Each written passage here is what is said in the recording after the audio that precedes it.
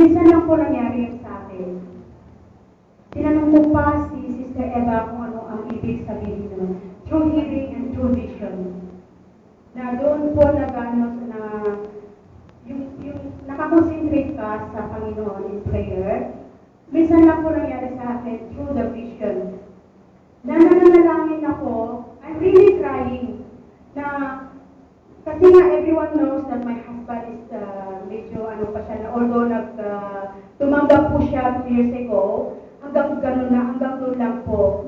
Alam mo, yun po ang lagi kong iniiyak sa Panginoon. Pero, lagi kong pinanghahawakan na pag ang isa ay naligtas, buong kasambahayan ay maliligtas. Sabi nga ni Brother Suris, wait for the perfect time. Huwag mo persahin or what, sabi niya. Especially, he's a very devoted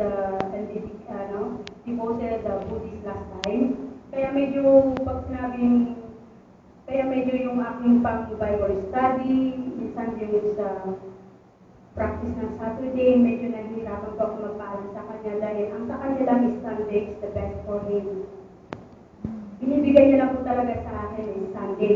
Pag isip mo sa umaga ng Sunday, maaga mo siya maalis o hindi, nandiyan na po ang pera namin para sa aming pagkain, sa masahe, wala nang tanong, wala nang sagot.